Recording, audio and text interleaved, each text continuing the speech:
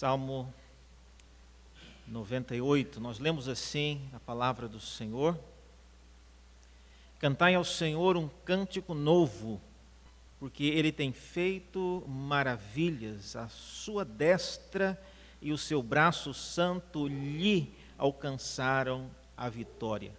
O Senhor fez notória a sua salvação, manifestou a sua justiça perante os olhos das nações e lembrou-se da sua misericórdia e da sua fidelidade para com a casa de Israel. Todos os confins da terra viram a salvação do nosso Deus. Celebrai com júbilo ao Senhor todos os confins da terra, aclamai, regozijai-vos e cantai louvores. Cantai com harpa louvores ao Senhor, com harpa e voz de canto, com trombetas e ao som de buzinas, exultai perante o Senhor que é Rei. Ruja o mar e a sua plenitude, o mundo e os que nele habitam, os rios batam palmas e juntos cantem de júbilo os montes, na presença do Senhor, porque ele vem julgar a terra, julgará o mundo com justiça e os povos com equidade. Até aqui a palavra do Senhor. Vamos orar mais uma vez? Abre nossos olhos, ó Deus, para enxergarmos em Tua palavra aquilo que edifica, aquilo que transforme, aquilo que mude, ó Deus, as nossas vidas à semelhança do Teu Filho Jesus. Não está, ó Deus, em nenhum de nós a capacidade de entendermos a Tua palavra. Precisamos que o mesmo Espírito que a inspirou possa, nesta hora, preparar o nosso coração para isso. E nós oramos pedindo isso em nome de Jesus. Amém. Irmãos, o ser humano é a única criatura de Deus que Ele colocou neste universo capaz de inovar infinitamente, como nenhum outro ser vivo é capaz de fazer. E a área que o ser humano ele é capaz de inovar com maior facilidade é com respeito à linguagem, aquilo que ele fala. Os irmãos já devem estar cansados de saber que eu uso o transporte público coletivo. E semestre passado eu estava numa daquelas segunda-feiras, quando você já está cansado, já está chegando o fim do mês, mês não acabou, mas o dinheiro já acabou. A gente entra no metrô já cansado, não quer conversar com ninguém. E havia já passado a estação de Santo Amaro, o trem já estava com a lotação completa. E entrou mais adiante dois senhores. E eles acharam um caminho no meio do metrô, do trem, e começaram a famosa abordagem. Prezados passageiros, não, eu queria não incomodar vocês, mas eu queria cantar uma música. Eu falei, não acredito. Já eu imaginei alguma coisa do tipo, eu podia estar roubando, mas eu estou aqui.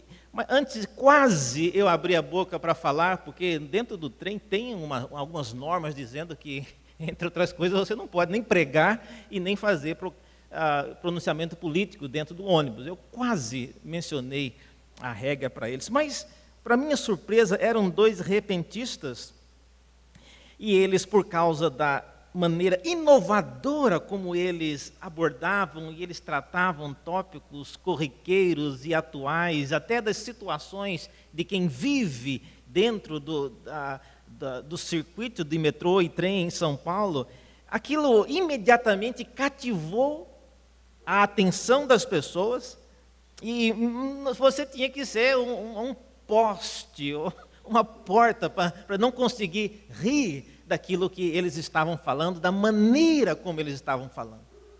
Isso significa, irmãos, a capacidade peculiar do ser humano inovar na maneira como ele comenta, na maneira, no caso daqueles dois, como eles cantavam, como eles tratavam.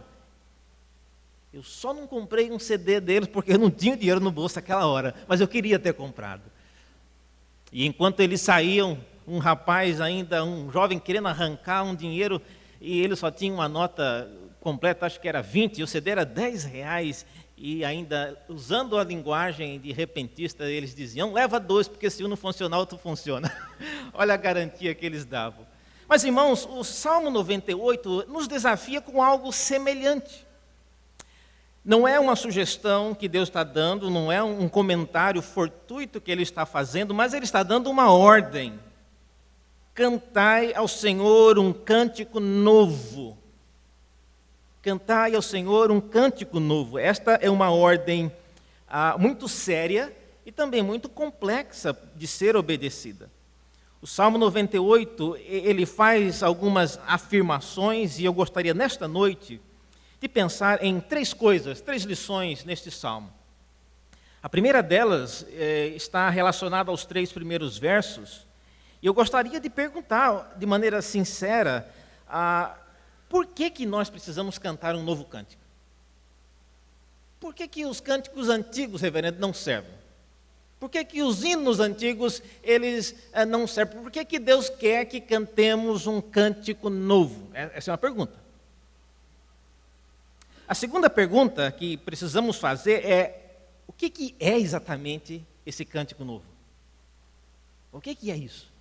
É só um cântico recém-lançado, que ninguém nunca, que não foi nem traduzido, mas é criado do zero? Então, o que é esse cântico novo à luz desse salmo? E em terceiro e último lugar, eu gostaria de responder uma pergunta que é: de quem Deus espera ouvir esse cântico novo? Vamos então pensar nessas 3 coisas, hoje, a partir desse Salmo 98.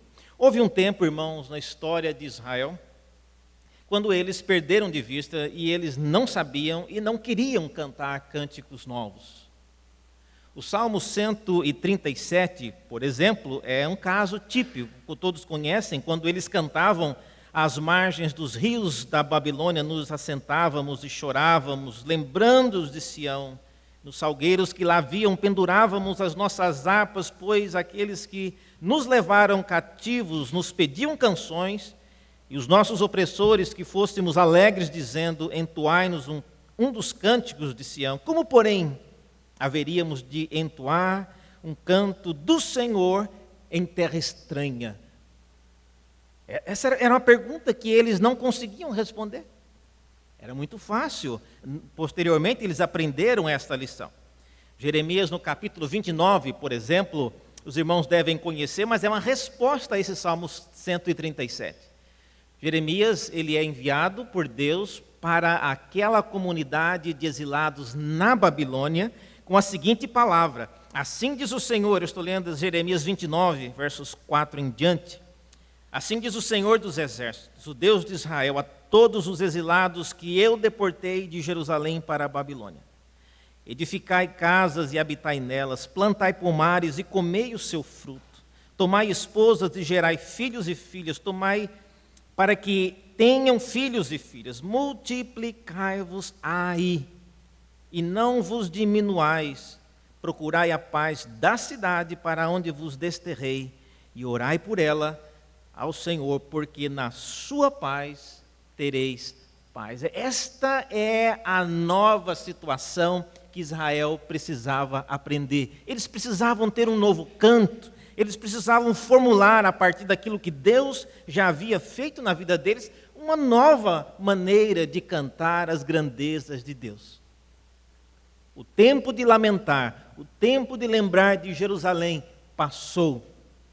O tempo de lembrar das coisas grandiosas que aconteceram no templo em Jerusalém passou. Vivemos agora, eles viviam em um novo tempo, e o que é que eles deveriam cantar? Veja, irmãos, que este é um salmo sem nenhuma referência a contexto, simplesmente fala que é um salmo. Mas há várias dicas aqui que apontam alguma coisa sobre o contexto deste salmo. Por exemplo, este salmo, ele é uma descrição do que o Senhor ele já realizou. Aquilo que ele descreve aqui é algo no passado. Não há referência nenhuma a Jerusalém, ao trono de Davi, nem de maneira figurada, nem de maneira concreta. Não há referência nenhuma a coisa relacionada à cidade quando o povo ainda morava na terra prometida. Calvino, ele até pensa que os salmos que não têm nenhuma referência como este aqui, tenha sido da autoria de Esdras, que no final da história de Israel teve o privilégio de compor alguns desses salmos. O fato é que este salmo, à luz, por exemplo, da maneira como ele trata o povo de Israel, usando a expressão a casa de Israel, essa expressão característica do povo no período pós-exílico. Por exemplo, em Isaías, no capítulo 63, você vê Deus falando sobre isso, e o profeta diz: celebrarei as benignidades do Senhor e os seus atos gloriosos, segundo tudo que o Senhor nos concedeu, e segundo a grande bondade para com a casa de Israel. É uma expressão muito corriqueira nesse período. Além disso, expressões do tipo lembrar-se da misericórdia e da fidelidade, ou manifestar a justiça diante dos olhos das nações, isso são palavras e são questões bastante claras, apontando para o período que este salmo ele foi escrito, possivelmente um salmo depois que o povo retornou do exílio. Mas vamos então voltar às 3 perguntas. Por que precisamos cantar um novo cântico? E o que exatamente é o novo cântico e de quem Deus espera ouvir esse cântico? Primeira pergunta, irmãos, por que precisamos cantar um novo cântico? Parece que está descrito aí nos 3 primeiros versos deste salmo. Cantai ao Senhor um novo cântico, porque Ele tem feito maravilhas, a sua destra e o seu braço santo lhe alcançaram a vitória. A primeira causa, então, o primeiro motivo é por causa das maravilhas que o próprio braço de Deus, ele fez e faz. Ele fez no passado e continua fazendo hoje. Há muita sabedoria em você aprender a contar o que Deus faz no passado, na vida dos fundadores desta igreja, na vida dos que lutaram para torná-la uma igreja maior, e na vida daqueles que Deus usa ainda hoje para mantê-la vibrante, temente e seguindo os caminhos do Senhor. É muito importante, irmãos, nós conseguirmos formular um canto novo sempre que Deus realiza coisas novas no meio da igreja.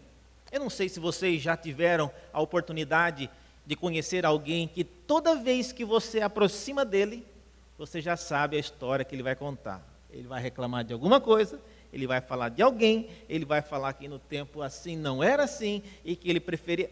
Todas as vezes que você encontra a pessoa, tem uma conversa preliminar, mas o assunto cai na mesma questão. É um cântico velho. O povo de Deus é desafiado neste salmo a aprender a cantar um novo cântico. E para que isso aconteça, você precisa aprender a entender o que Deus está fazendo e o que é que Ele mesmo, diz o texto, o que é que o seu braço e a sua destra está conquistando ao redor do mundo e em nosso meio também. A Renata e eu, nós conhecemos uma escritora, e ela é membro de uma igreja onde nós frequentamos, chamada Root Center. E ela conta em um dos livros que ela escreveu uma história muito interessante, quando ela e o seu marido acompanharam um grupo de adolescentes numa viagem missionária na região central do México. Eram 15 adolescentes, todos naquela euforia de fazer uma viagem missionária, saindo dos Estados Unidos, indo para o interior do México, todos com aquelas ideias na cabeça dos filmes de Hollywood. E ela diz que toda essa euforia já encerrou quando eles passaram na fronteira, que um dos adolescentes não conseguia achar de jeito nenhum passaporte. Já foi uma novela terrível para conseguir explicar isso para a segurança da imigração.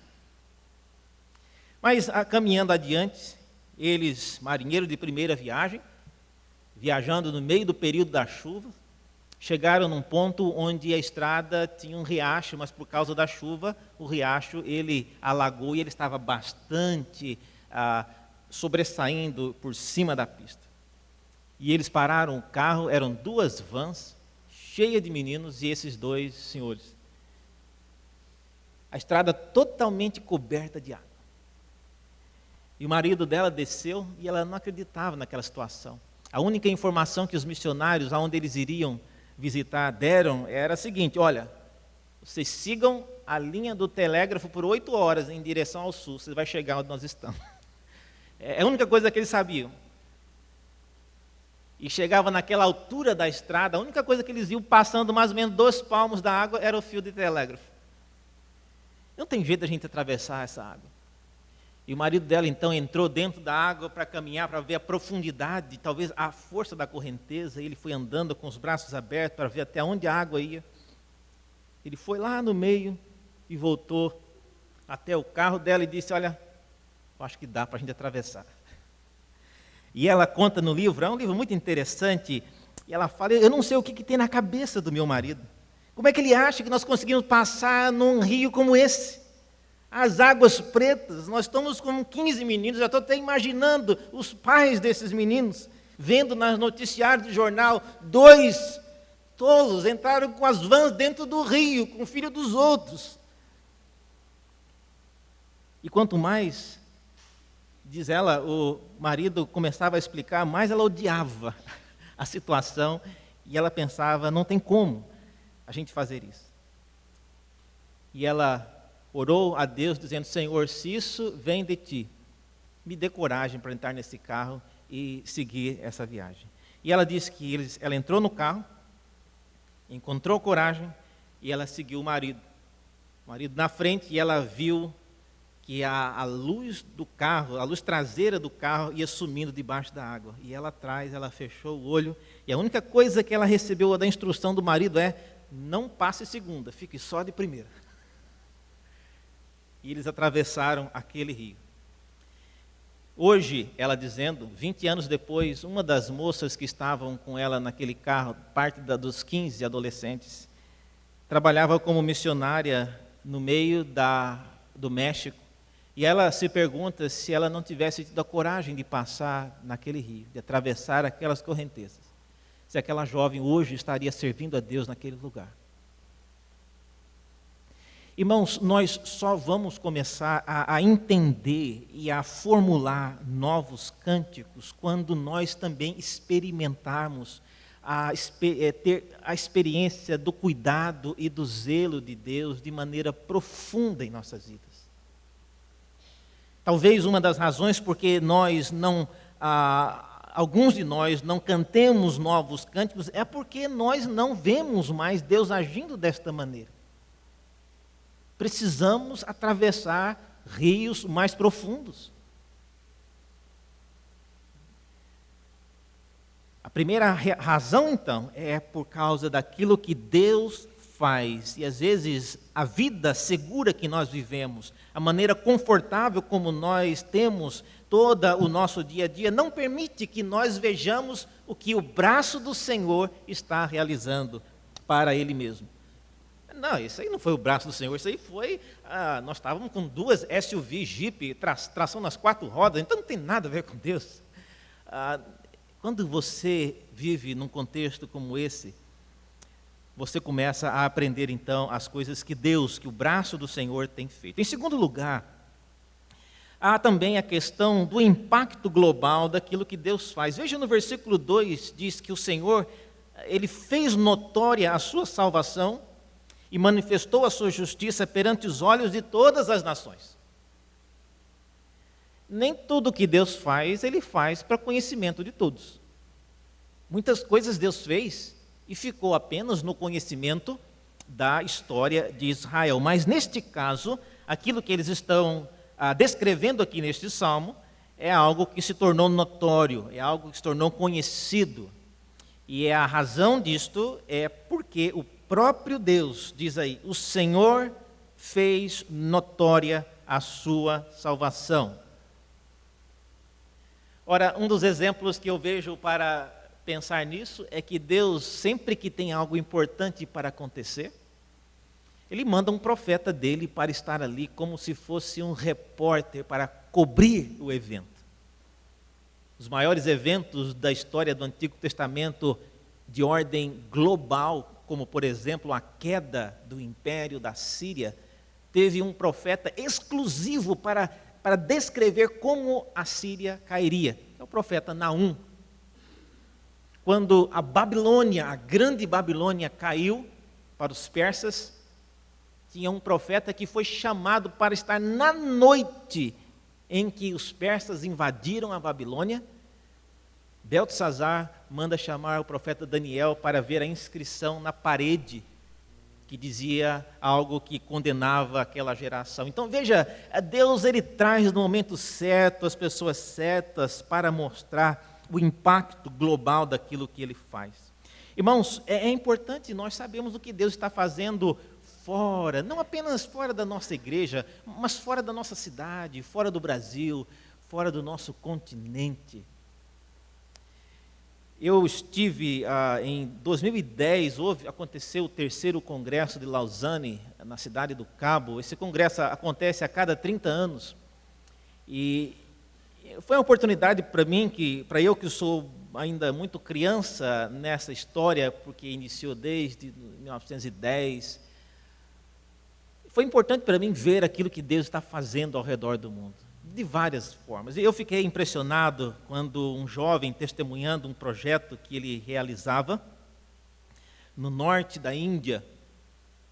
E na minha ignorância eu já fui logo solapado de perplexidade quando ele disse que só o norte da Índia, a população é equivalente às 3 Américas, do sul, central e do norte. Juntas estão em pessoas dentro do norte da Índia apenas, não do sul. Isso para mim já foi algo que eu não conseguia imaginar. E esse jovem disse que ele teve a ideia de começar, ele tinha um equipamento que transmitia múltiplas mensagens de SMS, e ele conseguia transmitir para essa região extremamente populosa no norte da Índia. E ele fez isso sem muito planejamento. E depois de algum tempo, de algumas semanas, quase um mês, ele postou em um site como é que as pessoas poderiam dar um feedback e procurar mais informações. E dizendo ele no testemunho que na primeira semana ele recebia por dia 12.000 perguntas via e-mail, via Twitter e todos os meios de comunicação. 12.000 e-mails perguntando coisas do tipo: como é que nós fazemos para aceitar Cristo? Coisas dessa natureza. Obviamente ele não tinha a infraestrutura necessária para responder tudo isso, e as perguntas foram acumulando, até que um dia alguém teve o desprendimento de ligar para essa sede, que era uma salinha dele só, tinha um telefone junto com um fax, e ele nem estava lá, estava uma pessoa que foi entregar um galão de água, e o telefone tocou, e por acaso o entregador de água era crente. E a pessoa disse: olha, eu quero saber como é que uma pessoa aceita Cristo como Salvador. O cara estava só entregando a água, mas isso não é uma coisa que todo crente deve saber. E ele então começou a responder daquela maneira complicada, e o cara disse: não, espera aí, eu vou colocar você no Viva Voz, porque tem 200 pessoas querendo ouvir essa resposta, e eu não vou dar conta de repetir isso. Em suma, irmãos, às vezes nós começamos a fazer algumas coisas e esquecemos que o braço do Senhor pode multiplicar, pode de maneira exponencial o impacto daquilo que nós, com fidelidade e com temor, planejamos e fazemos em prol do reino de Deus.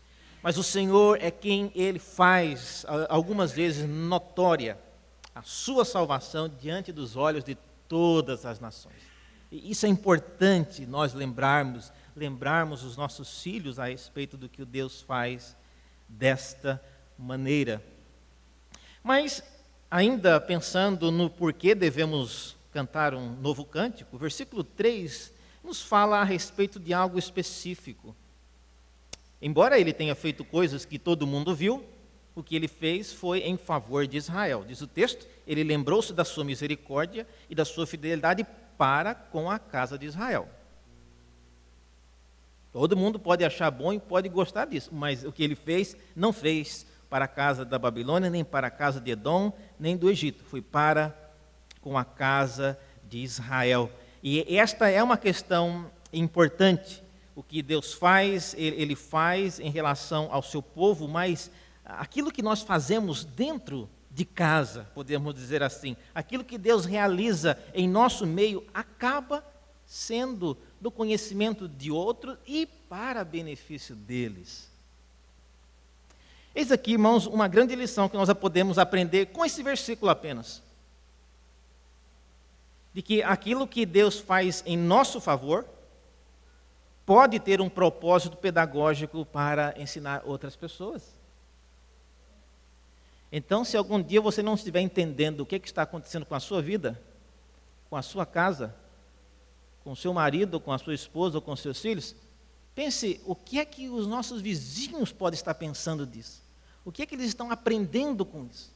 Porque às vezes, Deus faz o que faz para benefícios e para a bênção de outras nações, de outras pessoas, para que os confins da terra vejam.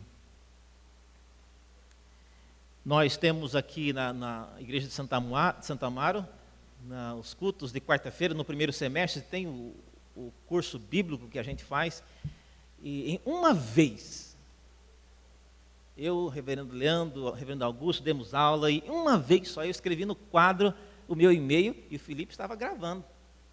Até hoje, irmãos, eu recebo e-mail de gente pedindo esboço de sermão, geralmente da Bahia, do Recife, afora. É uma maneira, o Felipe está aí, não abre a boca. Mas o que ele faz é um cântico novo. E as pessoas lá no meio da Bahia estão recebendo a mensagem que é feita aqui, para as pessoas daqui de Santo Amaro, mas acaba atingindo pessoas dos confins da terra.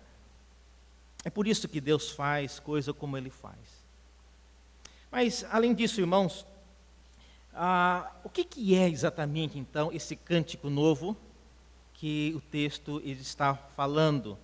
Qual é a definição disso? Versículos 4 em diante, eles descrevem de maneira clara que o cântico novo, em primeiro lugar, ele é um ato de celebração dirigida ao Senhor. Celebrai com júbilo ao Senhor todos os confins da terra, aclamai, regozijai-vos e cantai louvores. O novo cântico não é dirigido aos irmãos da igreja, não é dirigido às famílias, não é dirigido à comunidade onde vivemos, não é dirigido aos pobres, nem aos necessitados, mas a Deus. A Deus. E as pessoas que nos ouvem cantar precisam notar isso. Quem é que está recebendo aquilo que nós estamos cantando? O novo cântico, ele é dirigido a Deus. É um cântico de celebração, não é um cântico de lamento. E a razão disso é porque o próprio Senhor Jesus, quando ele pregou naquela sinagoga em Nazaré, como está descrito em Lucas, no capítulo 4, versículo 18, ele chegou na sinagoga, abriu o iPad dele, procurou o texto de Isaías, capítulo 61, e ele leu aquele texto e disse que aquilo cumpria exatamente a sua missão. Isaías 68 diz o seguinte, que o Espírito do Senhor Deus está sobre mim, porque o Senhor me ungiu, entre outras coisas, para pôr sobre os que em Sião estão de luto uma coroa em vez de cinzas, óleo de alegria em vez de pranto e vestes de louvor ao invés de espírito angustiado. Nós, igreja, hoje, irmãos, temos mais razões para estar sempre cantando um novo cântico do que a igreja do Antigo Testamento. Então, a primeira definição do cântico novo é esta: é um cântico de celebração, é um cântico dirigido ao Senhor. E é também, diz o versículo 4 e 6 aí, que é um cântico acompanhado. É um cântico, diz aí, com louvores e ao som de instrumentos. Não é a capela, mas é com instrumentos. E é interessante que, novamente, o ser humano é a única criatura capaz de agregar, junto com aquilo que ele ou ela cantam, instrumentos, às vezes instrumentos de cordas e de todo tipo, mas isso ainda traz mais glórias a Deus, porque o ser que Ele criou é capaz de inovar, é capaz de cantar com ou ao som de instrumentos, mas sobretudo O cântico novo, o versículo 5, nos diz que ele é com a voz de canto, ou seja, não é só música, tem cântico, tem mensagem. E isso faz toda a diferença. A voz humana é o meio que Deus usa para comunicar aquilo que está dentro do coração de cada uma das pessoas. E foi Deus quem nos criou com esta capacidade. Por esta razão que o novo cântico precisa ter a voz humana, ou seja, ele precisa ter uma mensagem para contar as maravilhas de Deus. Irmãos, nós não imaginamos o quanto é importante a voz humana ser o centro do novo cântico. Eu conheci uma pessoa quando nós moramos fora do Brasil, e ele era muito solícito. Tínhamos um culto em português, numa igreja que nós fazíamos, e ele era americano, ele ia com... Era um equipamento que ele tinha, que ele digitava as palavras assim para sair a tradução em inglês, que ele ouvia lá e ele ficava digitando, coitado. O povo falando português aberto, correndo, e ele doidinho atrás, tentando pegar uma palavra ou outra. E uma vez ele chegou para nós e disse: reverendo, eu decorei uma música em português. Eu queria que o senhor falasse a tradução dela. Eu gastei 6 meses decorando essa música. E, pois bem, né? Pode cantar a música. E aí ele começou. Era uma música... eu não lembro o autor que era uma bossa nova. E essa música era, na verdade, só uma música com sons. Era alguma coisa assim... Atiriri, atcharará, atchururu, tchururu, tcharará. E a música inteirinha. E eu me contive para não rir, porque ele cantou toda a sequência do tiriri, tchururu, tcharará. O João Bosco é o cantor. João Bosco. E para a tristeza dele, no final, ele disse: é isso mesmo, a música é isso aí. Mas qual a tradução? Não significa nada, irmão. Infelizmente, é só tiriri, tchururu e tcharará. Que desapontamento. Irmãos, o novo cântico que Deus espera daqueles por quem Ele morreu precisa comunicar uma mensagem concreta. É isso que faz daquilo que cantamos algo que move os nossos corações. É algo digno de ser dito e cantado na presença de um Deus como o que nós temos. Veja, por exemplo, a terceira e última pergunta: quem é que Deus espera? De quem Deus espera esse novo cântico? Veja que a partir do texto que nós lemos, a primeira pessoa, o primeiro grupo que deve cantar esse novo cântico é a própria casa de Israel, que recebeu tantas coisas do Senhor. Há um salmo, veja comigo o Salmo 40, abra por favor nesse salmo. Salmo 40, nos versículos de 1 a 3.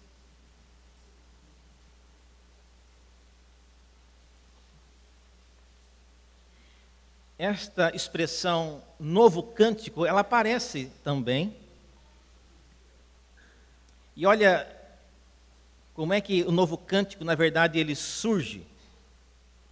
Diz aí no Salmo 40, versículos de 1 a 3, esperei confiante pelo Senhor, Ele se inclinou para mim e me ouviu quando clamei por socorro, tirou-me de um poço de perdição e de um tremendal de lama. Colocou-me os pés sobre uma rocha e firmou os meus passos. E pôs nos lábios o quê? O novo cântico. Para que ele fez isso? Um hino de louvor ao nosso Deus, e muitos verão essas coisas, temerão e confiarão no Senhor. Veja então que quem põe o novo cântico em nossos lábios é Deus. Então você deveria estar, irmãos, muitíssimo preocupado se você não tem o novo cântico, porque é Deus quem põe. E se Ele não está pondo, talvez é porque você ainda não trabalhou o suficiente para tentar entender o que Deus está fazendo na sua vida, na sua igreja, no seu mundo, na sua era. Mas é Deus quem põe o novo cântico em nossos lábios, para que nós contemos as maravilhas de Deus, de modo que muitos vejam e venham a confiar em Deus. Em segundo lugar, além da casa de Israel, versículo 4 nos diz que todas as nações aí fazem parte da ordem, não fazem? Celebrar com júbilo ao Senhor todos os confins da terra. Então, esse não é um cântico congregacional, é um cântico cósmico. Todos devem cantar este cântico. Agora, quando que todos vão cantar esse cântico? Somente já é apontando para uma era escatológica, mas é algo que todos deverão cantar. Até diz o versículo 7 e 8, que isso envolve até a criação. Diz que o mar e a sua plenitude, os rios, vão de igual modo manifestar a alegria diante daquilo que Deus está fazendo. Em conclusão, irmãos, quais são as lições que nós podemos, então, tirar desse salmo e dessas verdades rápidas que meditamos? A primeira delas é que cantar um novo cântico não é opcional, é uma ordem. Você tem que cantar um novo cântico. Você tem que aprender a inovar. Uma das maneiras de você fazer isso, talvez, e eu já falei isso esse mês aqui, é começar a mudar a sua oração. Você já se pegou fazendo a mesma oração toda hora do almoço, toda hora do jantar? É hora de mudar, irmãos. Os mais jovens não devem lembrar do carro quando tinha o toca-fita. O toca-fita rodava a fita inteira, chegava no fim, pum, travava. A menos que você fosse mais rico e tivesse um toca-fita auto-reverse. Ele chegava no fim, fazia o quê? Voltava, começava a fita de trás do começo, do outro lado. Quem não tinha um auto-reverse, tinha uma caneta Bic, e colocava a fita e começava a girar assim, até chegar de volta no começo. Mas nós, irmãos, temos a palavra de Deus. E nós podemos inovar, nós podemos voltar para a palavra. Os salmos são exemplos grandiosos de orações que você pode usar. Não é errado você ler um salmo como uma oração sua. Então, essa é a primeira lição. O cântico novo não é opcional, é uma ordem. Precisamos inovar. Segundo, cantar um novo cântico é um modo de fazer notória a salvação do nosso Deus. Quando você canta a mesma coisa sempre, isso tem um efeito negativo quando você está tentando evangelizar, quando você está tentando contar para novas gerações aquilo que Deus fez em nosso meio. Deus inovou, Deus falou através de leis, através de histórias, Ele escreveu salmos, Ele fez provérbios, palavras proféticas, literatura apocalíptica, de tantas formas. Nós também precisamos fazer o mesmo ao comunicar a mensagem dele. Em terceiro lugar, às vezes nós precisamos aprender a cantar um novo cântico para que alcancemos as bênçãos de Deus. Quando o Salmo 40 diz que Ele colocou em nós um novo cântico, foi para que nós pudéssemos contar aquilo que Ele faz, de modo que tivesse um impacto maior. E por último, nós, os remidos, somos os únicos que podemos cantar esse novo cântico. Eu queria encerrar abrindo com os irmãos em Apocalipse, no capítulo 14. Olha que interessante a referência também a um novo cântico que algumas pessoas elas não conseguiam aprender. E há uma razão para isso. Apocalipse 14.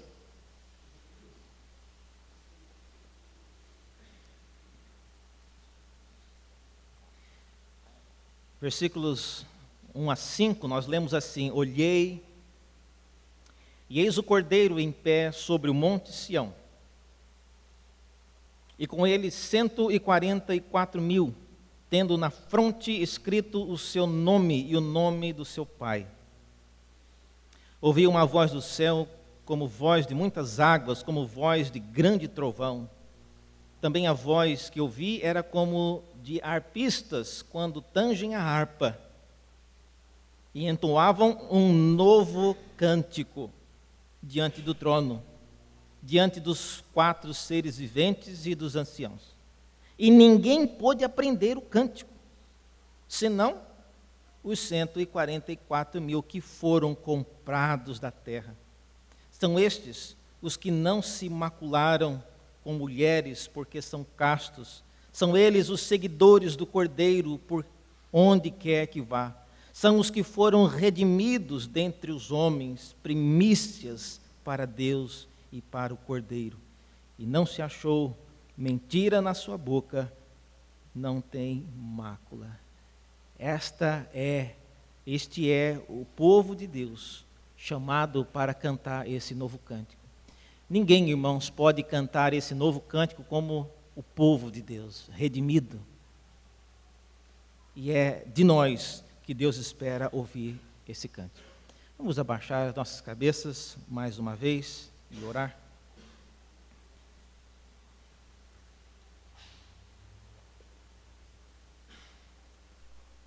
Agradecemos-te, ó Deus, pela tua palavra, tão diversa, cheia de exemplos e de salmos e cânticos maravilhosos. Ó Deus, pedimos que o Senhor ajude-nos a inovar a nossa vida espiritual na tua presença. Queremos andar em novidade de vida.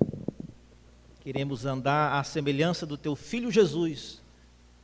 E queremos, ó Deus, que Ele nos prepare, como lemos em Apocalipse, para aprendermos esse cântico novo. Não somos, ó Deus, capazes disso, mas pelo sangue do Teu Filho nós pedimos, em nome dEle. Amém.